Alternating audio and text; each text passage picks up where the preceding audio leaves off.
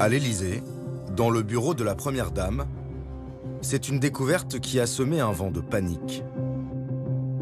Madame Macron, comme beaucoup de Français, va consulter son espace personnel sur le site impôts.gouv.fr. Elle se connecte et elle voit dans la partie en haut à droite qu'il n'y a pas écrit Brigitte Macron, mais qu'il y a marqué Jean-Michel dit Brigitte Macron. Et donc là, vous avez, au-delà du haut-le-cœur, vous êtes totalement surpris. Tristan Bromet s'exprime pour la première fois. Il est le directeur de cabinet de Brigitte Macron et son plus proche collaborateur depuis 2017. Je refais la manipulation avec elle, je regarde, effectivement, c'est une partie qui est réservée à votre identifiant, c'est-à-dire votre identité, et c'est une partie que vous ne pouvez pas modifier. Madame Macron porte plainte avec son avocat pour savoir, en fait, pour qu'il y ait une enquête, pour savoir d'où ça vient. Et donc les enquêteurs ont identifié 2 personnes. Un couple de quadragénaires corses, Juliette et Laurent A. Ils sont placés en garde à vue. Aux enquêteurs, ils parlent d'une boutade stupide et irréfléchie. Ils ont inscrit le nom modifié de la Première Dame dans la catégorie « Personnes invalides à charge » de leur déclaration d'impôt pour protester, disent-ils, contre la politique du gouvernement. En février 2025, à la barre de la 13e chambre correctionnelle de Paris, Laurent A. affirme regretter. Je prends conscience aujourd'hui que ce que j'ai fait était insultant. Mais mon intention n'était pas d'insulter ou de porter atteinte à l'honneur de Madame Macron. La modification sur l'espace personnel de la Première Dame serait due à un bug de l'administration fiscale. La Cour relaxe le couple. Brigitte Macron a fait appel de cette décision.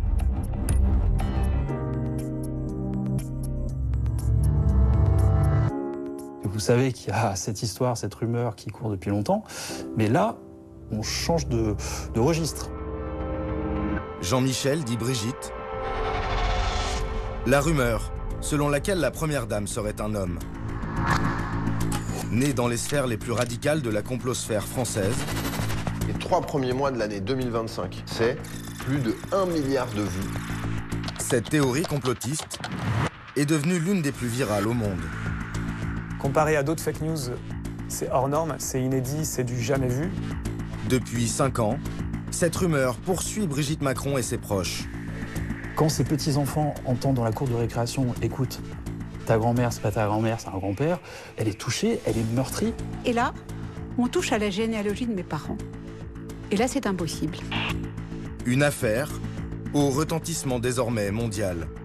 In my opinion, Emmanuel Macron needs to step down from office because you have lied repeatedly to the French people, you have harassed journalists, you are a monster. Enquête sur une rumeur devenue complot planétaire.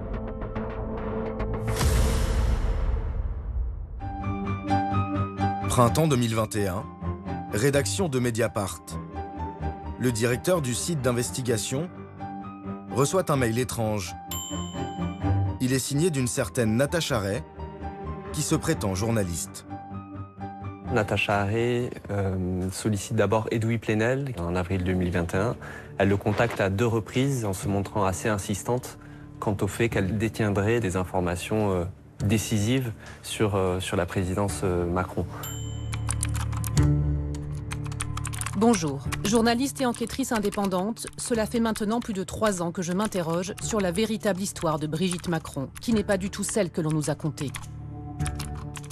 Je détiens entre mes mains une bombe nucléaire qui, si elle éclate, sera certainement l'un des plus gros scandales d'État de tous les temps. Nous, par principe, tout nous intéresse, on ne se bouge pas le nez, on répond quand des sollicitations nous paraissent intéressantes sur des sujets sur lesquels on travaille déjà. Donc moi, à la suite des sollicitations de Natacha Ray auprès d'Edoui Plenel, je prends attache avec elle. On a eu entre 5 et 6 échanges, je pense, en avril 2021. À aucun moment, elle ne donne le fond, finalement, de ce que pourraient être les informations qu'elle dit détenir. Et il y a un autre élément qui, moi, va m'interpeller, c'est que assez rapidement, elle va me demander, en contrepartie, d'être embauchée au sein de la rédaction de Mediapart.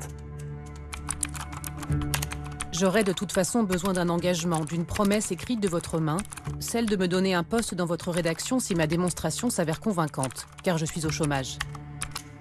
J'ai trouvé que c'était pour le moins audacieux, suspect quant au sens de sa démarche. On n'achète pas d'informations, on ne fait pas de promesses d'embauche. J'acte le fait qu'en fait, on est face à une personne qui sans doute invente des choses, qui dit détenir des éléments mais dont elle ne veut pas nous faire part. Antionne Rouget ne donne pas suite.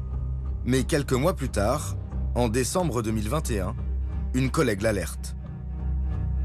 C'est une collègue de Mediapart qui me dit écoute Antionne, juste pour te signaler, il y a une vidéo sur un compte Facebook qui évoque Mediapart mais qui t'évoque aussi nommément.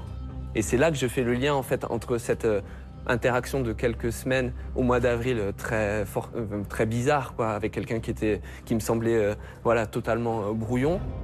Cette vidéo, on est en direct. La voici. Elle est publiée le 10 décembre 2021.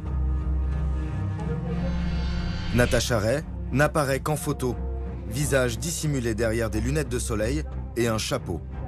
Elle est l'invitée de la médium Amandine Roy. Elle enregistre cette vidéo sur le compte d'une médium du fin fond d'Internet qui s'appelle Médiumnisation, une dame qui fait de la médiumité et de l'alerte politique qui éructe en fait sa haine de l'élite et notamment du couple Macron. 4h35, de démonstrations absurdes où Natacha Ray prétend révéler les résultats d'une enquête qui se fonde principalement sur des photos glanées sur Internet. La forme du visage, c'est une forme de visage spécifique à la jante masculine. Et cette forme de visage-là, avec ses caractéristiques, n'existe pas chez les femmes. On voit bien que, enfin pour moi, on voit bien que c'est pas une vraie femme, que c'est un homme tant bien que mal déguisé en femme. Alors très certainement opéré. Je suis même sûre qu'il y a eu opération. C'est un transsexuel. Selon elle, Brigitte Macron serait en réalité un homme. Et pas n'importe lequel. Elle serait son frère, Jean-Michel Trogneux. Vous n'avez rien compris? C'est normal. On vous explique. Selon cette théorie complotiste, Brigitte Macron, née Trogneux, ici sur les genoux de sa mère, serait morte dans les années 60. Son grand frère, Jean-Michel Trogneux, ici à gauche, aurait changé de sexe dans les années 80 et pris l'identité de sa petite sœur défunte.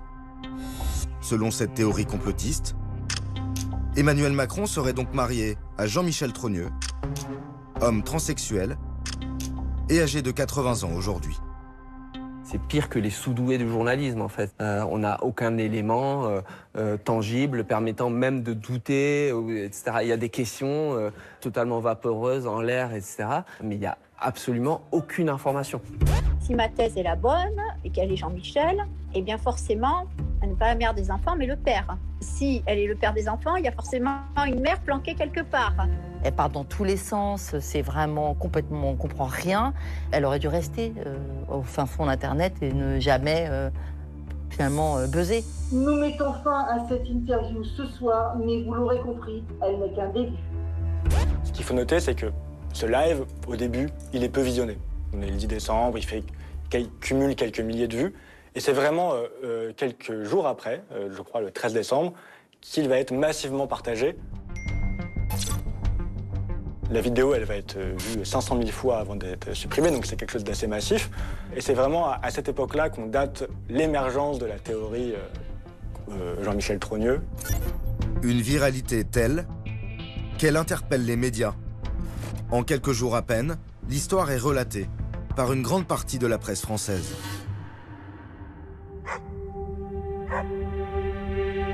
Brigitte Macron découvre à ce moment-là cette vidéo. Elle est un peu étonnée, on ne comprend pas forcément tout de suite d'où ça vient, qui est derrière cette vidéo, qui sont les personnes qui tiennent ces propos-là, mais elle comprend très vite que les accusations sont graves. On l'accuse d'être un homme, mais surtout, on l'accuse d'avoir falsifié des documents d'état civil, des actes de mariage, de naissance, de décès. La vidéo sort au mois de décembre 2021 et en janvier 2022, elle fait la promotion des Pièges jaunes. Et au cours des interviews consacrées à ces appels aux dons et à l'opération Pièges jaunes, Les journalistes de TF1 et de RTL vont lui poser des questions sur cette situation. Cette théorie conspirationniste qui affirme que vous êtes né homme, qu'est-ce que vous pouvez répondre à cela? Là, bien évidemment, c'est un mensonge. D'abord, ça vous a blessé, ça? C'est-à-dire, au début, j'ai regardé ça d'un petit peu loin, j'en entendais parler, mais bon. Et puis, à un moment donné, je me suis rendu compte qu'ils étaient en train de bouleverser ma généalogie. Comment ça? C'est-à-dire, ils avaient changé mon arbre généalogique. C'est-à-dire, les 3/4 de la famille, c'était bien. Puis d'un seul coup, on arrive à mon frère, je suis mon frère. Et là, on touche à la généalogie de mes parents. Et là, c'est impossible. Son état d'esprit, le mot d'ordre, c'était de rien laisser passer. Voilà, attaquer. Elle a choisi le droit, la justice, donc elle a porté plainte très rapidement. Une plainte est déposée contre Delphine Gégous, le vrai nom d'Amandine Roy, et surtout contre Natacha Ray, l'initiatrice de cette rumeur. La journaliste Emmanuelle Anison la rencontre à cette époque chez elle, dans le sud-ouest de la France, et son profil la surprend. Et je découvre là une femme donc, qui a 50 ans, qui en fait beaucoup moins, toute frêle, blonde, très jolie femme d'ailleurs. C'est quelqu'un qui est cultivé, qui a beaucoup lu, qui d'ailleurs voulait être artiste. Elle raconte comment peu à peu elle s'est détachée des médias traditionnels alors qu'elle vient d'une famille complètement insérée. Hein. Et puis il y a eu le Covid, qui est de fait, elle s'est retrouvée comme beaucoup de gens enfermée, passer encore plus de temps sur les réseaux sociaux. Et c'est pendant tout ce temps-là, en 3 ans, que finalement cette histoire a commencé à prendre une place absolument énorme dans sa vie et même l'a complètement happée. Natacha Ray, elle est un peu inclassable, c'est-à-dire que elle est plutôt proche du milieu des Gilets jaunes, mais elle est principalement animée quand même par une haine des élites, et notamment une haine du couple présidentiel. Cette hostilité au couple Macron a explosé durant la crise des Gilets jaunes. La théorie complotiste de Natacha Ray trouve alors un écho dans la frange la plus radicale du mouvement. Natacha Ray, elle n'est pas seule. À partir du moment où elle fait sa vidéo, elle reçoit des centaines de messages et de propositions d'aide. Il y a en France des brigitologues et une nouvelle science qui s'est créée depuis, de personnes qui sont devenues des experts en brigitologie. La brigitologie, une pseudo-discipline qui a son site internet de référence où se mélangent pêle-mêle vraies photos de famille et arbres généalogiques fantaisistes. Des centaines de pages où l'histoire de cette famille d'Amiens est en grande partie réécrite. Sylvie Baumel a publié la première biographie de Brigitte Macron. Pour elle, tous ces fantasmes viennent de l'histoire atypique du couple. Les Trogneux, c'est vraiment la famille de commerçants, des grands commerçants du Nord. Le père de Brigitte, la plus grande pâtisserie de la ville, il est à la chambre de commerce, il est proche du maire, voilà, c'est un notable local. Brigitte, elle est professeure de français dans l'établissement jésuite de la Providence. On commence à savoir qu'elle a une histoire avec ce jeune élève qui, lui, est en fin de seconde, début de première. C'est une histoire complexe d'une femme qui va quitter sa famille pour un jeune homme qui a 24 ans de moins qu'elle. Vous savez, à la pâtisserie d'Amiens, et les clients posent des questions, donc ils ont appris quand même à se taire là-dessus. Pour les brigitologues, ce silence est forcément suspect.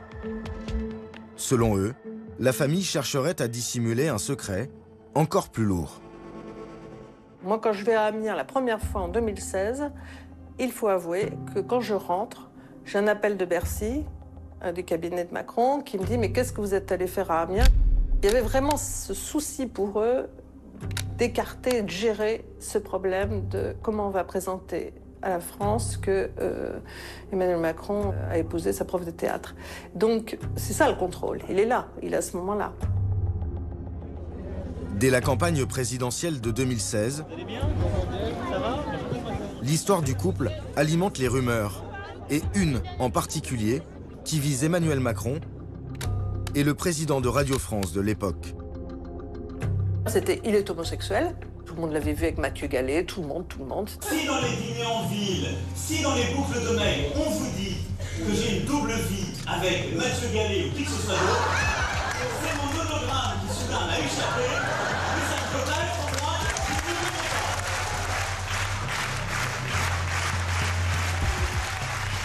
La rumeur sur Macron homosexuel et après celle sur Brigitte, pour moi, elle a un peu la même racine, qui est quelque chose est inexplicable ou difficile à expliquer dans cette histoire. Comment une femme peut être amoureuse d'un garçon qui a 24 ans de moins qu'elle? Si Macron était homosexuel, alors on pouvait comprendre que ce couple n'en était pas un. Si Brigitte est un homme, ce couple n'en est pas un. Il y a du secret, des puissants, il y a un côté sexuel, parce qu'il y a l'identité de genre. Tous les ingrédients sont là pour que la rumeur se transforme en scandale politique.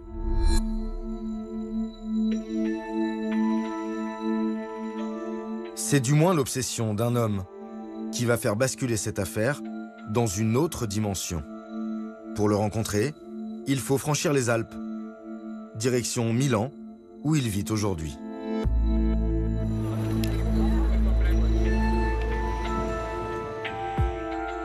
Il nous a donné rendez-vous dans un lieu discret des faubourgs de la ville. C'est la première fois qu'il répond à une interview filmée. Si on peut ne pas identifier le lieu, ça... parce que c'est touchy et ma femme, elle n'est pas du tout politique, vous voyez. Non, il n'y a pas de souci. Xavier Poussard est contacté par Natacha Ray en 2021. Elle lui présente son enquête, qui l'intrigue, mais qu'il trouve inaboutie. Ah non, mais moi, j'ai jamais considéré qu'elle avait enquêté.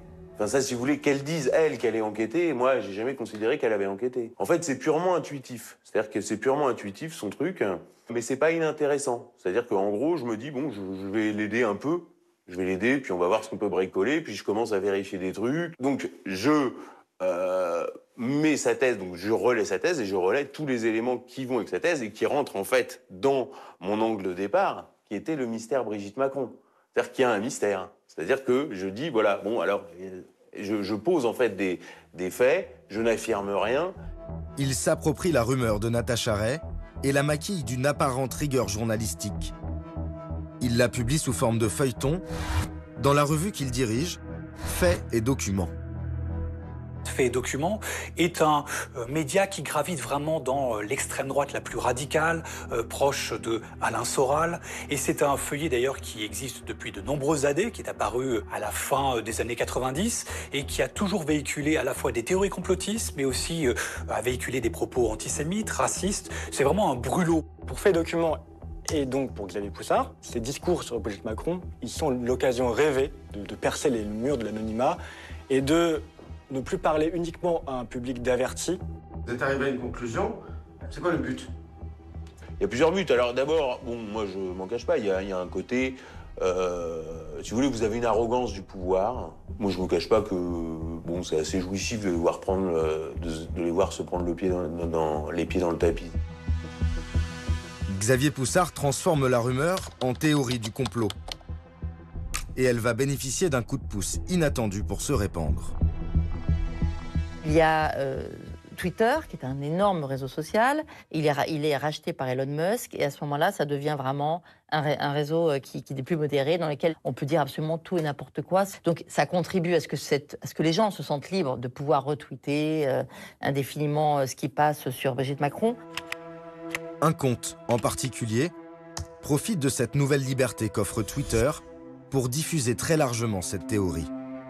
On a vu ce nouvel influenceur, donc Zoé Sagan, qui est un personnage très bizarre, qui écrit sous pseudonyme et qui diffuse plein d'informations, souvent liées à la politique, prétextant raconter des scandales. Le compte Zoé Sagan, il est extrêmement suivi, et pas que par le monde des défiants, des complotistes ou de l'extrême droite, pas du tout.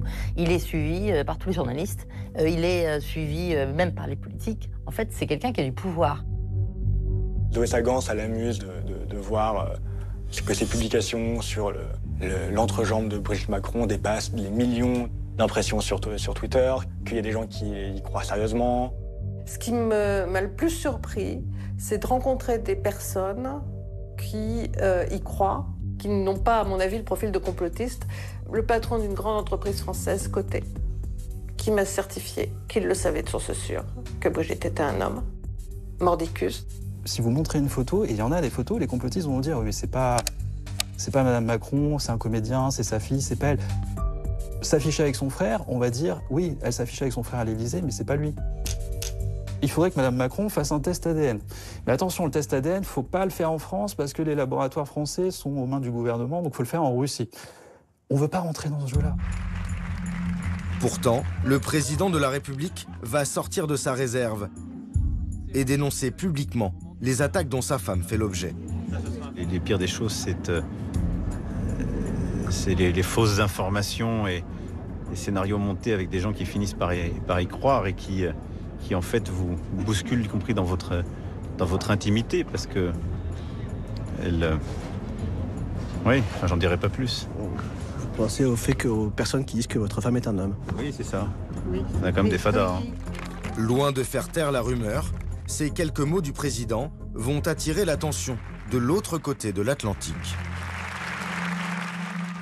This is crazy. I'm talking crazy, crazy, crazy, crazy, crazy. Candace Owens, l'influenceuse américaine aux 17 millions d'abonnés sur les réseaux sociaux, publie cette vidéo. For what is happening right now in France. Jean-Michel.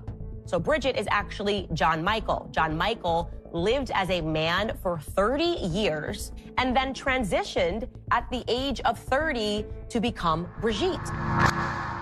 Candace Owens, c'est une influenceuse, complotiste, réactionnaire américaine, convertie à la religion catholique. C'est quelqu'un qui va parler de questions de société et puis qui peut aller sur des sujets qui dépassent complètement l'entendement. C'est un truc qu'on ne sait pas trop, mais par exemple, Candace Owens, elle pense que les dinosaures, c'est pas vrai. Elle est noire, mais elle est contre Black Lives Matter. Elle est antisémite, elle croit par exemple qu'on n'a pas marché sur la Lune.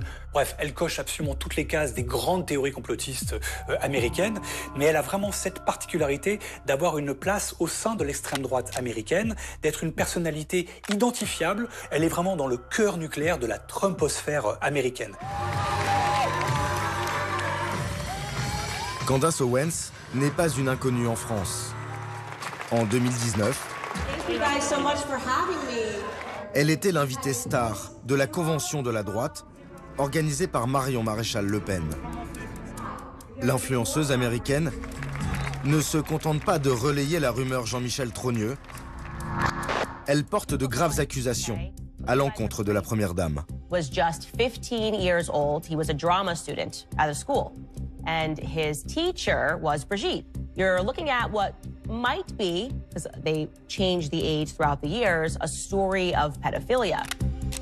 Et on l'accuse de s'être livré à des actes de pédophilie et de détournement de mineurs. L'un des objectifs des complotistes en France était que cette rumeur traverse l'Atlantique. Ils ont fait en sorte que ça arrive aux États-Unis en fournissant des vidéos, en fournissant des fausses photos à cette personne, à Candace Owens, et ça a pris. La vidéo est visionnée plus d'1 million de fois. L'Élysée réagit et réussit à la faire supprimer de la plateforme quelques jours plus tard. À ce moment-là, moi, je reçois des tas de mails des États-Unis. Elle m'appelle et me dit « mais j'ai plein de gens qui me demandent où est-ce qu'on peut acheter ton enquête en anglais, etc. » Et là, on se dit « il faut qu'on ait quelque chose à proposer au public américain. » En réalité, la Première Dame française, ça n'intéresse pas un public américain. Ce qui intéresse, c'est pas la Première Dame française, c'est le président qui défend les pédophiles. Et donc c'est ça, en fait, ce qui va passionner la Trumposphère, la magasphère aux États-Unis. En janvier 2025, Devenir Brigitte de Xavier Poussard est publié en auto-édition sur Amazon, en français et en anglais.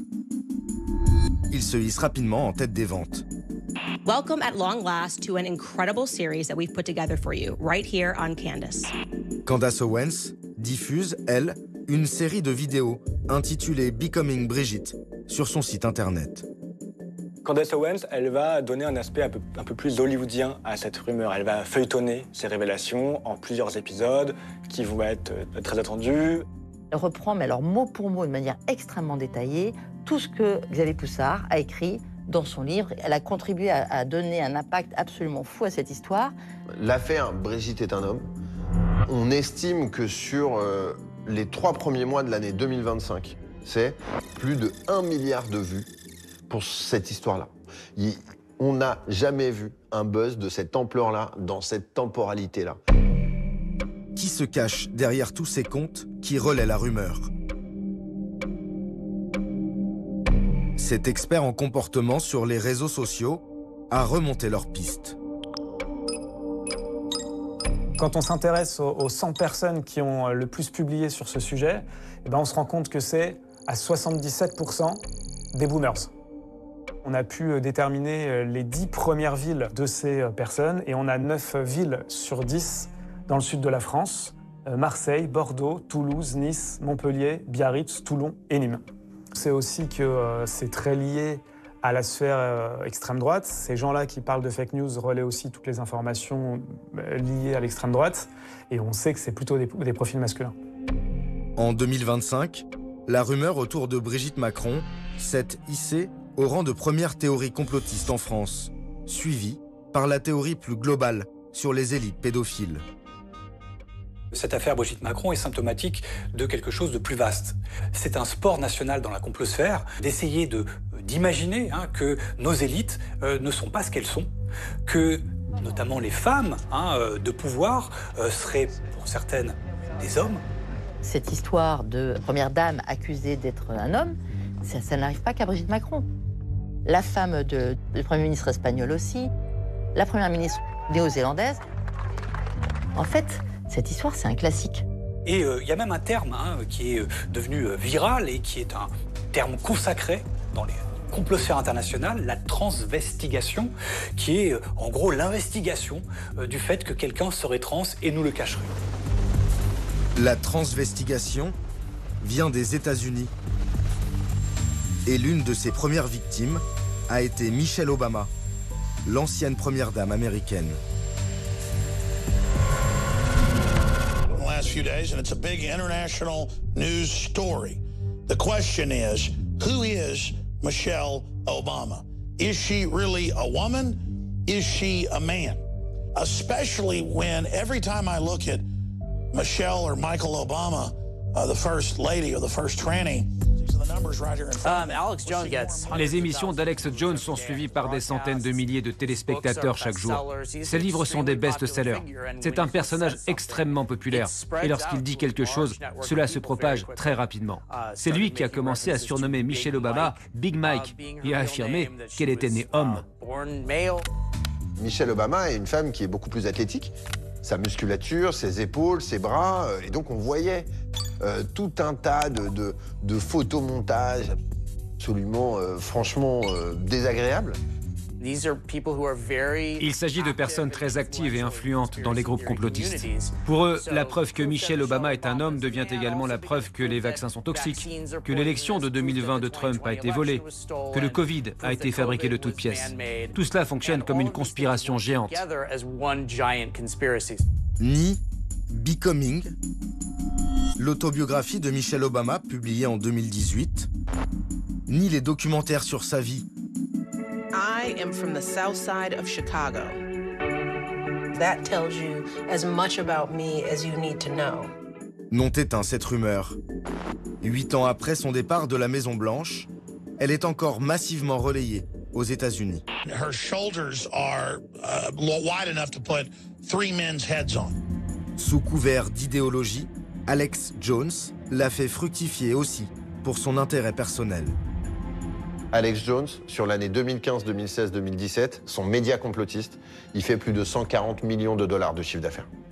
140 millions de dollars de chiffre d'affaires en 3 ans, ça veut dire qu'on est à peu près sur 50 millions de dollars de chiffre d'affaires annuel pour un média sur Internet. Le complotisme, c'est un business, et c'est un business extrêmement rentable. Toutes ces opérations, qu'elles viennent de Xavier Poussard ou de Candace Owens aux États-Unis, il y a un intérêt financier derrière, évident. On vend des livres, bien sûr, mais on monétise son audience pour Candace Owens. Donc il y a une motivation financière qui est flagrante. Sollicitée à plusieurs reprises, Candace Owens n'a jamais répondu à nos demandes d'interview. Combien son livre a-t-il rapporté à Xavier Poussard? Amazon a refusé de nous donner le chiffre des ventes. L'auteur, lui, reste très évasif. Vous savez combien de livres vous avez vendus? Parce que Amazon ne communique non, pas. mais si vous voulez, il y a un effet, je répondrai pas à cette question. Ça permet pas d'en vivre, ça permet de rembourser les crédits, voilà, si vous voulez tout savoir. Ça permet de rembourser les crédits. Je vais pas m'arrêter de travailler, acheter un yacht, Il a été dit que vous avez acheté une voiture et un, ouais, c'est ça. appartement. Voilà, il s'est acheté non, j'ai remboursé un crédit. Voilà, j'ai remboursé un crédit et j'ai remboursé un crédit sur une Dacia Duster. Si vous voulez, alors là, c'est la roue de la fortune, quoi. Xavier Poussard fait profil bas, et pour cause. Bon, ça va, là, c'était bien, non? On arrête? Oui, je pense. Allez. À ce jour, il n'a pas été inquiété par la justice. Natacha Ray et Amandine Roy ont, elles, été condamnées en première instance pour diffamation. Mais le 10 juillet dernier, coup de théâtre au palais de justice de Paris. Natacha Ray pourchassée, persécutée, condamnée, mais finalement Natacha Ray relaxée par la Cour d'appel de Paris. Madame Brigitte Trogneux, épousaille Macqueron, et son frère Jean-Michel auront à rendre des comptes. Natacha Ray, très malade, n'assiste pas à l'audience. Bon, ça va, vous êtes relaxé, hein? Elle exulte à l'annonce de sa relaxe. Une rumeur ne tient pas longtemps s'il n'y a pas de solides arguments et de solides preuves pour l'étayer. 5 ans après, je pense que la rumeur aurait disparu. Elle serait morte de sa belle mort toute seule s'il n'y avait pas des mensonges flagrants et des anomalies, des incohérences dans la biographie. Je vous laisse. On va vous laisser, reposez-vous, hein. Allez, à bientôt, messieurs. Bon courage. Par peur d'un nouveau dérapage, son avocat coupe court à l'échange. Cette relaxe est une énorme désillusion pour l'avocat de la première dame. La Cour a considéré que certains propos étaient diffamatoires, mais que les prévenus devaient bénéficier de l'excuse de bonne foi. Je vais voir avec mes clients ce que nous allons faire, mais bien évidemment, je ne suis pas d'accord avec cette argumentation et cette décision. Merci. Brigitte Macron et son frère Jean-Michel Trogneux ont annoncé leur pourvoi en cassation. À quelques kilomètres de là, au tribunal de Paris, ils mènent une autre bataille judiciaire. Zoé Sagan, de son vrai nom Aurélien Poisson-Atlan, est présent aux côtés de 9 autres personnes. Poursuivis pour harcèlement numérique, ils ont été convoqués par les juges à une première audience avant le procès qui doit se tenir les 27 et 28 octobre. Les accusés plaident la liberté d'expression. J'invoque la liberté de penser et d'interroger le monde dans lequel on vit. On n'a plus le droit aujourd'hui d'interroger, on n'a plus le droit d'être une plume, on n'a même plus le droit d'être un La Fontaine ou d'être quelqu'un comme ça. Le couple Macron n'hésite pas à attaquer, y compris aux États-Unis. Le 24 juillet dernier, il a déposé une plainte pour diffamation contre Candace Owens devant un tribunal du Delaware. C'est la première fois qu'un président de la République en exercice engage des poursuites judiciaires à l'étranger. C'est proportionnel à l'attaque. À un moment, vous êtes attaqué. Tout est globalisé aujourd'hui. Le monde a changé. Il ne ressemble pas au monde d'il y a 10 ans, 20 ans. Donc, vous vous adaptez. Et donc, si on vous insulte et si on vous traite de tous les mots aux États-Unis, bah, vous voyez ce que vous pouvez faire. Vous vous défendez. Et heureusement, vous avez encore cette possibilité-là. Ce qui est vraiment désolant avec ce type de séquence, c'est qu'il en restera toujours quelque chose. Tous ceux qui ont cherché à buzzer dessus ont capitalisé une audience absolument phénoménale durant ce moment. Et cette audience-là, ils l'ont toujours et ils vont pouvoir la réaiguiller vers d'autres cibles. Donc il y aura une fin à cette affaire, mais on passera à autre chose. On n'a rien à gagner avec ces moments-là. Ils ne s'éteignent pas, ils se transforment. C'est absolument impossible que Brigitte Macron soit la dernière victime des fake news. Les fake news vont faire encore de très nombreuses victimes et, à mon avis, de plus en plus graves et de plus en plus problématiques. Elle sait bien évidemment qu'à travers elle, c'est son époux qui est visé. Et ça a été la même chose pour Madame Obama ou pour toutes les autres qui ont connu ça. Ces gens ont un seul objectif, c'est par ricochet d'atteindre le président de la République. Le couple Macron a remis à la justice américaine des preuves attestant que la première dame est une femme. Si le juge retient l'existence d'un préjudice majeur et la malveillance de Candace Owens, elle pourrait être condamnée à leur verser plusieurs millions de dollars. L'influenceuse ne s'est pas rétractée, bien au contraire. So welcome back to Becoming Brigitte 2. Elle a annoncé le lancement de la 2e saison de sa série, Becoming Brigitte.